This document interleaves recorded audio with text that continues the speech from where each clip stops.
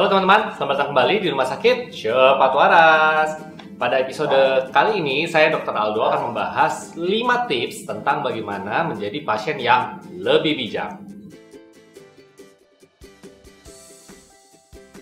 Nggak semua informasi bisa diaplikasikan pada penyakit yang diderita oleh teman-teman maupun keluarganya. Kenapa? Contoh gampang. Misalnya, ya pengetahuan umum deh. Kan kita dari kecil diajarkan minum air yang banyak. 2 liter sehari minimal. Nah, tapi apakah selalu seperti itu kondisinya? Bayangkan kalau misalnya keluarga teman-teman atau teman-teman ini lagi sesak nafas atau cepat capek, ternyata aslinya punya penyakit pembengkakan jantung atau penyakit ginjal kronik yang sudah cukup berat, kencingnya berkurang. Teman-teman mikirnya, waduh ini kencing kurang, jangan-jangan kurang minum. Tambah banyak minumnya. Waduh, itu sih bukannya malah sembuh, malah tambah nyesek. Jadi itu memang harus hati-hati sekali. Banyak pasien itu bertanya, dok, chance-nya bagaimana nih? Sembuh, tidak sembuh, selamat, tidak selamat, operasinya berhasil atau tidak berhasil? Kalau nanyanya peluang, ya kalau antara dua pilihan itu peluang selalu 50-50, sembuh atau enggak, meninggal atau selamat, operasinya berhasil atau tidak. Yang lebih tepat saya rasa adalah bagaimana persentase keberhasilan. Jadi nanti dokternya bisa gampang jawabnya, oh dari penelitian, oh dari pengalaman saya, oh dari segala macam pasien yang saya lakukan operasi, dari 100 orang yang berhasil berapa puluh pasien, yang tidak berhasil berapa puluh pasien. Nah, itu akan lebih bisa menjadi dasar bagi teman-teman untuk mengambil keputusan apakah akan mengikuti saran dokter atau justru meminta alternatif yang lain.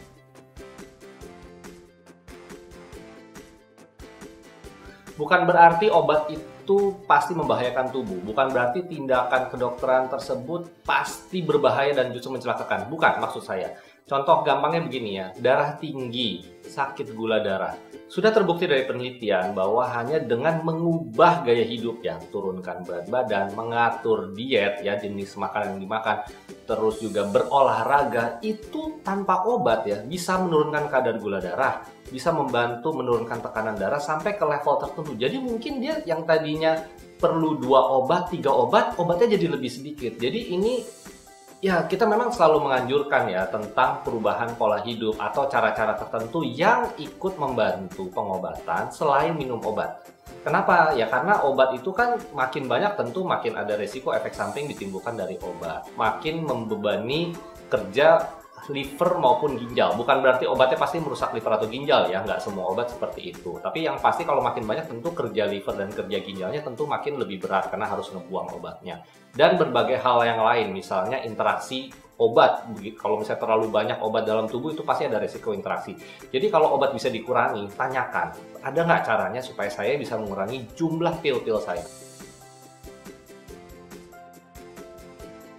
Sering banget saya temukan masyarakat Indonesia seperti ini. Kalau belum parah, jangan berobat dulu. Jujur ya, saya jadi teringat pengalaman waktu dulu sekolah ya. Profesor datang dari luar negeri, studi banding. Dia sampai geleng-geleng. Wih, kok masih bisa di Indonesia penyakit ini ditemukan dalam kondisi seberat ini, sebonyok ini. Karena di negara dia, orang sakit sedikit langsung berobat. Langsung, nggak mau nunggu parah, ya, jangan sampai komplikasi, supaya ditangani juga lebih gampang. Tapi kalau di sini kebalikan, kalau belum terkapar, belum sekarat, belum nggak mau cari pertolongan. Coba ini dulu lah, itulah. Jujur, itu akan sangat menyulitkan penanganan dari penyakit teman-teman atau keluarganya. Dan dokternya pun juga pilihan pengobatannya jadi lebih sedikit karena mungkin stadiumnya atau kondisi penyakitnya sudah terlalu berat. Pasien itu begitu keluhannya hilang, tapi obatnya mungkin masih diminum 2 hari lagi atau 3 hari itu langsung di stop. Ada alasannya kita meminta pasien-pasien itu untuk menghabiskan obat dalam jangka waktu tertentu. Contoh paling gampang sakit mah. Dari penelitian asam lambung yang naik gitu ya, atau kita sebut penyakit reflux, itu bagusnya diterapi minimal 2 minggu. Makanya banyak orang sakit mah itu gampang sekali kambuh karena tidak dikasih waktu untuk lambungnya penyembuhan. Asal keluhannya udah enak, perutnya udah enak, langsung deh obat di stop, makannya bandel lagi. Contoh yang lain yang gampang, TBC. Kenapa makanya penanganan TBC di Indonesia itu belum bisa 100% bagus, masih banyak angka kematian? Karena obat TBC itu kan paling enggak 6 bulan.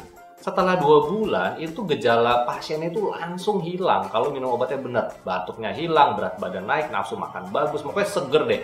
Otomatis pasien jadi bertanya, ini ngapain saya mesti minum obat sampai 6 bulan? Saya udah nggak ada keluhan. Akhirnya di stop lah. Ketika 2 bulan, TBC itu obatnya itu langsung menghilangkan lebih dari 80% jumlah kuman di badan. Makanya memang gejalanya langsung enak. Tapi sisa-sisanya itu kalau nggak diterusin sampai 6 bulan itu akan kambuh. Bahkan nanti dia akan menjadi bentuk TBC yang kebal obat. Jadi sangat hati-hati untuk menghentikan pengobatan sebelum selesai jangka waktunya. Itu dia 5 tips yang bisa saya bagikan kepada teman-teman supaya bisa menjadi pasien yang lebih bijak. Supaya kesehatannya makin mantap. Jadi saya berdoa semoga kita semua selalu dilindungi Tuhan karena ini masih pandemi ya. Tolong terapkan selalu 5M dan juga pemerintah semoga lebih menggiatkan 3T-nya. Jadi semoga senantiasa sehat, selalu waras, makin waras, menjadi sobat waras di Rumah Sakit Cepat Waras ya bersama saya Dr. Aldo dan Dr. Helm. Sampai jumpa di episode Rumah Sakit Cepat Waras berikutnya. Bye-bye!